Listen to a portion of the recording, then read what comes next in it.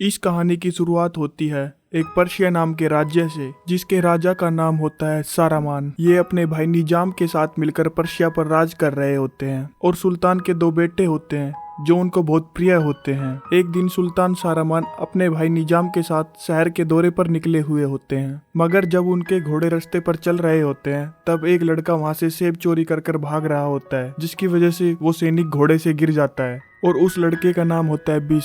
जिसके बाद सेनापति उस लड़के को पकड़कर बहुत मारते हैं। तभी वहां पर एक और लड़का आ जाता है जिसका नाम दास्तान है। वो सेनापति को रुकने के लिए कहता है और सेनापति को सेब फेंक कर मारता है, जिसके बाद सेनापति को गुस्सा आ जाता है और वो उसको पकड़ने के लिए उसके पीछे दौड़ता है। जिसके बाद दास्तान एक घर से दूसरे घर कूद कूद कर दौड़ रहा होता है और सुल्तान सारामान ये सारा कारनामा देख रहा होता है और फिर सारे के सारे सैनिक मिलकर उसको पकड़ लेते हैं। जिसके बाद सेनापति उसका गला काटने ही वाला होता है, लेकिन तभी सुल्तान सारामान वहां पर पहुंच जाते हैं और सुल्तान उस लड़के से उसका नाम पूछते हैं। वो कहता है कि मेरा नाम दास्तान है। सुल्तान पूछते हैं कि तुम्हारे माता पिता का क्या नाम है। वो कोई भी जवाब नहीं देता। जिसके बाद सुल्तान कहते हैं सेब खाओगे, और वो सेब को उसकी तरफ फेंकते हैं। वो सेब को कैच कर लेता है। जिसके बाद सुल्तान दास्तान को अपना तीसरा बेटा बना लेते हैं और वो सुल्तान को अपने साथ अपने महल में ले जाते हैं। और यहाँ पर कहानी शिफ्ट होती है समय में 15 साल आगे, और यहाँ पर राजा के तीनों बेटे तस, गारसिव और दास्तान अपने चाचा निजाम के साथ मिलकर अलमत पर हमला करने की प्लानिंग करते हैं।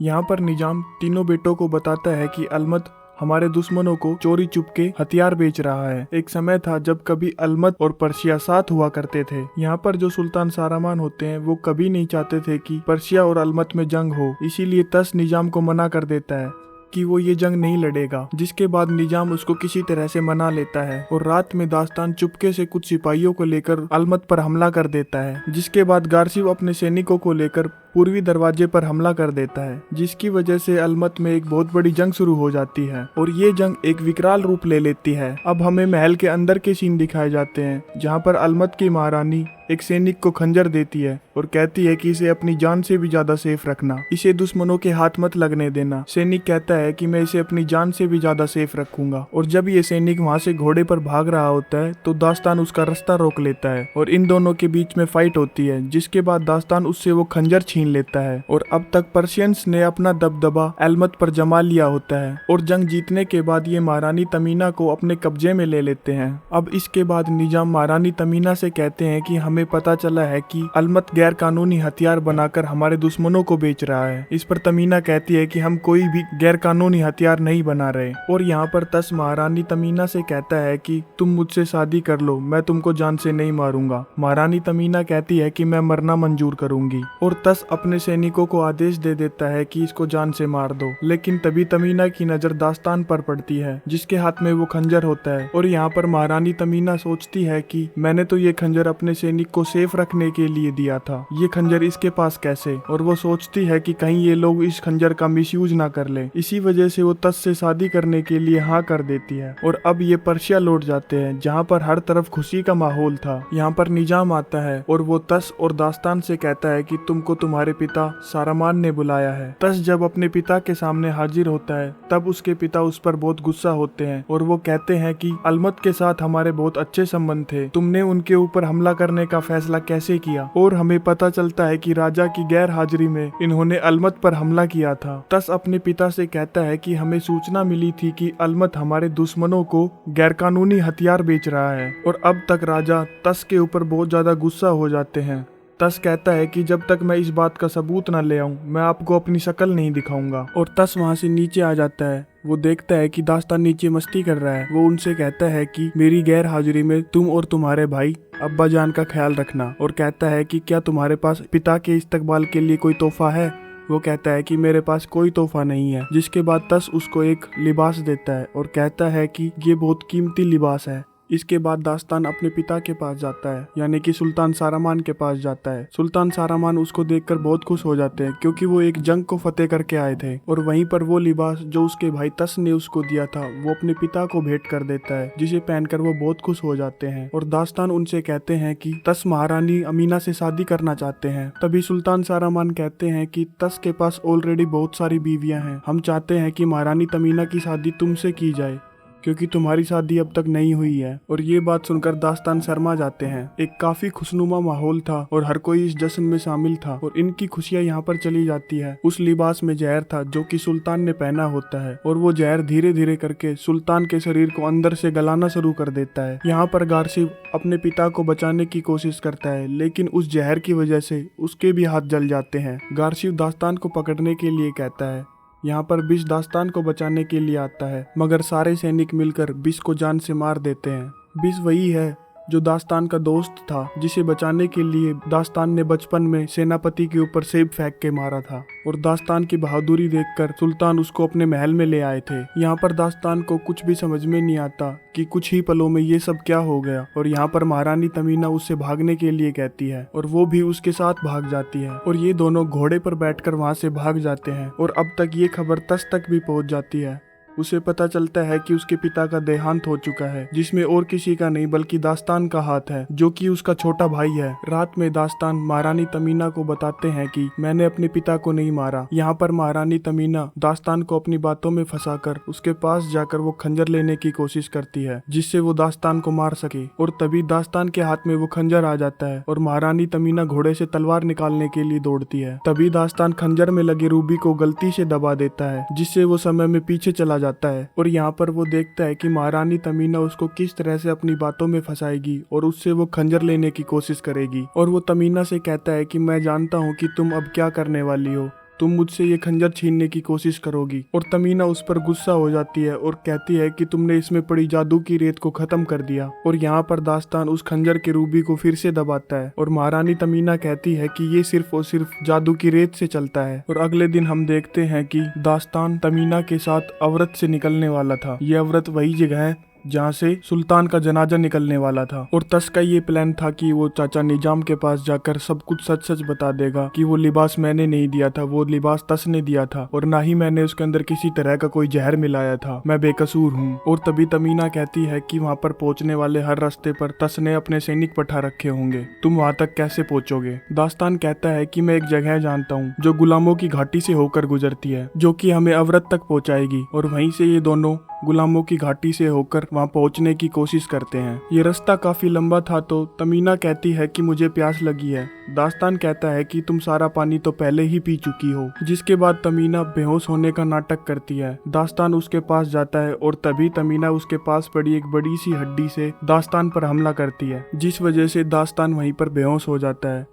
और तमीना वो खंजर लेकर वहां से भागने लगती है। और जब दास्तान को होश आता है तो वो देखता है कि कुछ लोगों ने उसको चारों तरफ से घेर रखा है, जिसके बाद वो उसको बंदी बनाकर अपने साथ ले जाते हैं। और यहाँ पर इनके सरदार का नाम होता है शेख अमर। और यहाँ पर हमें शेख अमर का राइट हैंड भी दिखाया जाता है, जो कि चाकू चलाने में बहुत माहिर है। जैसा कि तमीना ने दास्तान के साथ दगाबाजी की थी, वो अब मिल जाता है शेख अमर के साथ। वो शेख अमर से कहता है कि तमीना के पास बहुत ज्यादा सोना चांदी जेवरात पड़े हैं, अगर तुम मेरी मदद करो उसको पकड़ने में तो वो सारा सोना चांदी तुम्हारा हो सकता है। और इसी वक्त शेख अमर दास्तान से कहते हैं कि अगर तुमने कोई भी चालाकी की और भागने की कोशिश की तो वो तुमको जान से मार देगा। जिसके बाद उनकी पूरी टीम मिलकर तमीना को ढूंढने लगते हैं और कुछ समय बाद वो तमीना को ढूंढ लेते हैं। और अब दास्तान तमीना से वो खंजर ले लेता है और शेख अमर से अपनी जान के बदले तमीना की जान का सौदा करता है। और साथ ही साथ जाते वक्त वो तमीना के गले से वो नेकलेस भी ले लेता है, जिसके अंदर थोड़ी सी जादुई रेत पड़ी हुई थी। और अब यहीं से शुरुआत होती है अगले दिन की। यहाँ पर शेख अमर अपने गुलाम को काम देते हैं, यानी कि तमीना को काम देते हैं कि शतरमुर्ग की रेस में आए बड़े बड़े लोगों को जाम पिलाओ। और यहाँ पर दास्तान शेख अमर से गुजारिश करता है कि मुझे अवरत पहुंचना है और मुझे यहाँ से जल्दी निकलना होगा। और अब तक शेख अमर को ये बात पता चल चुकी है कि वो दास्तान ही था जिसने सुल्तान सारामान को जान से मारा। और शेख अमर उसको जाने नहीं देता और वो उसको कैद कर लेता है, जिसके बाद वो निजाम के पास जाने वाला होता है और दास्तान के बदले डील करने वाला होता है कि उसको सोने में लाद दे। जिसके बाद तमीना वहाँ पर मौजूद सारे शतरमुर्गों को खोल देती है और वहाँ पर हड़कंप मच जाता है,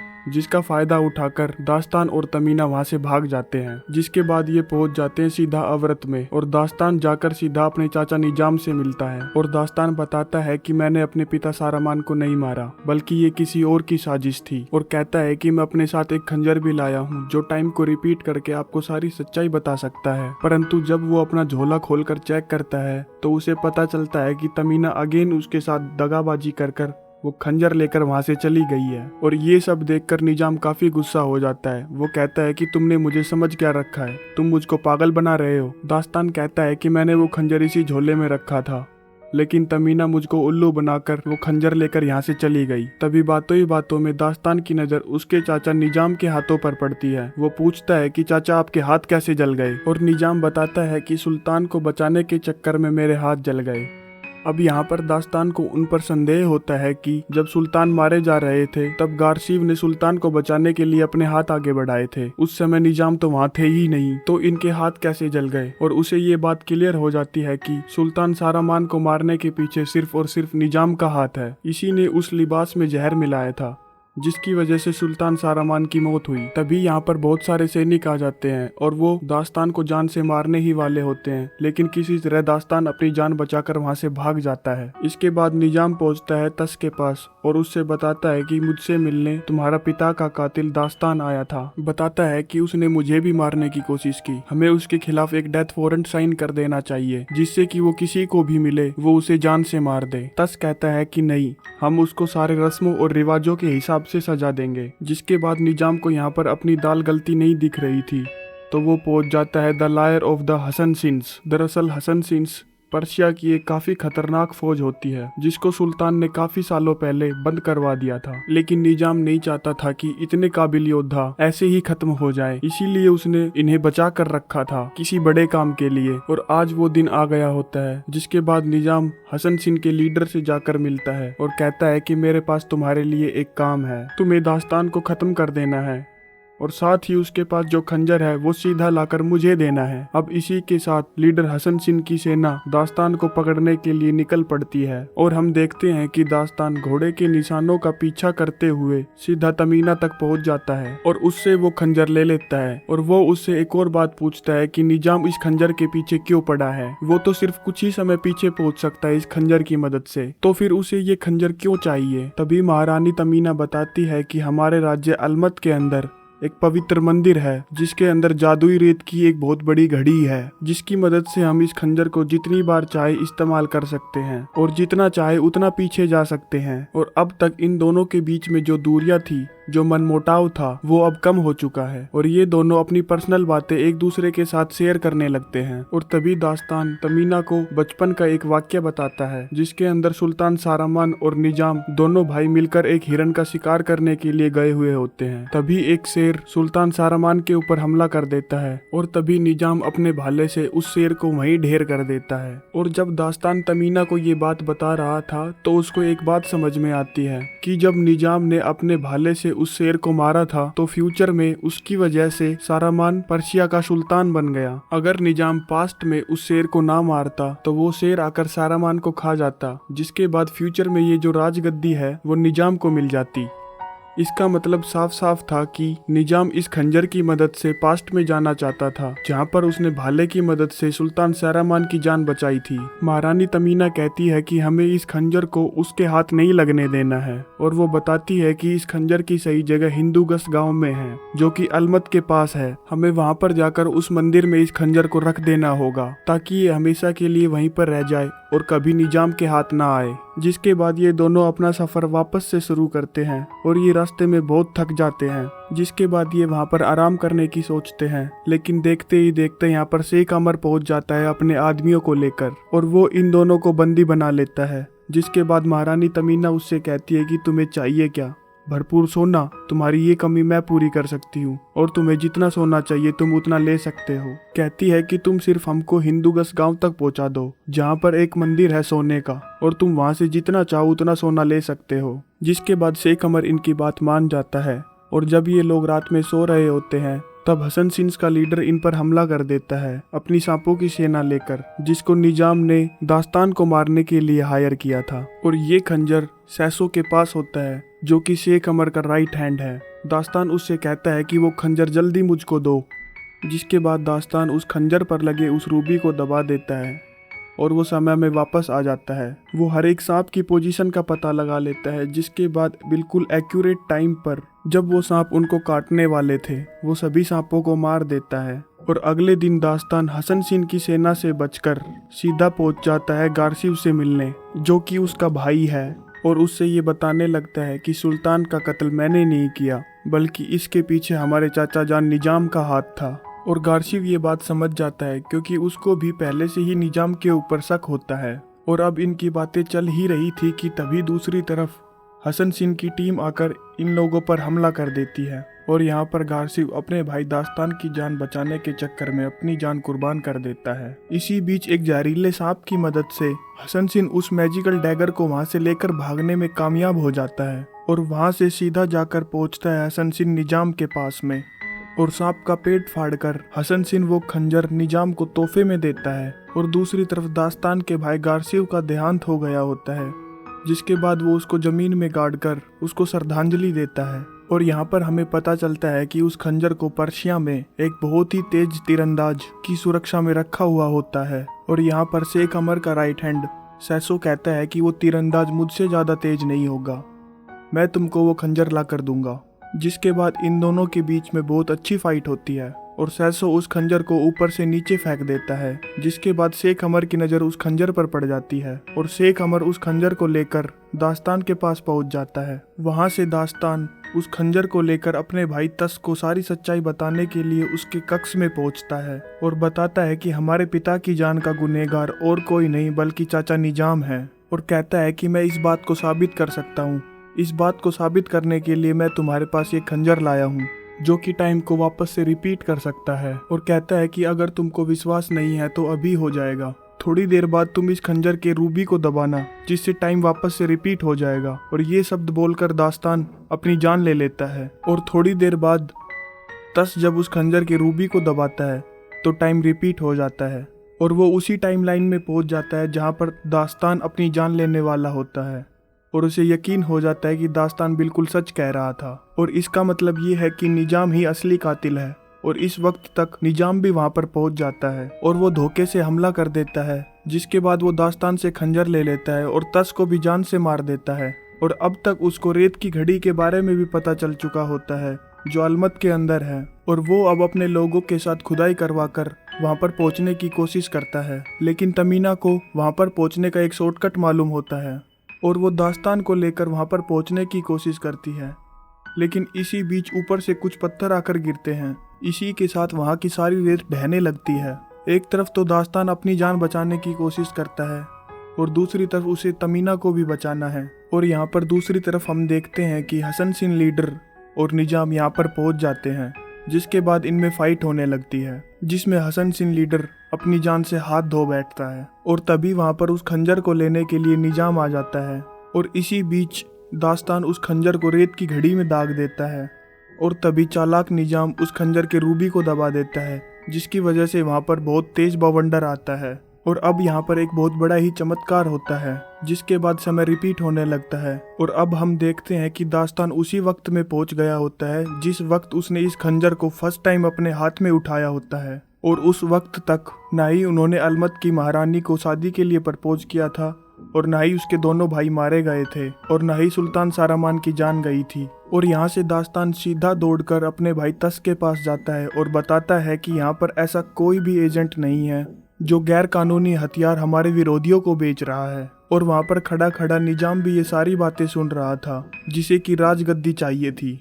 दास्तान निजाम से कहता है कि ये हमला तुमने करवाया है और ये हमला बिल्कुल फेक है, और कहता है कि तुमने ही पैसे खिलाकर अपने जासूस से ये झूठी खबर फैलवाई थी।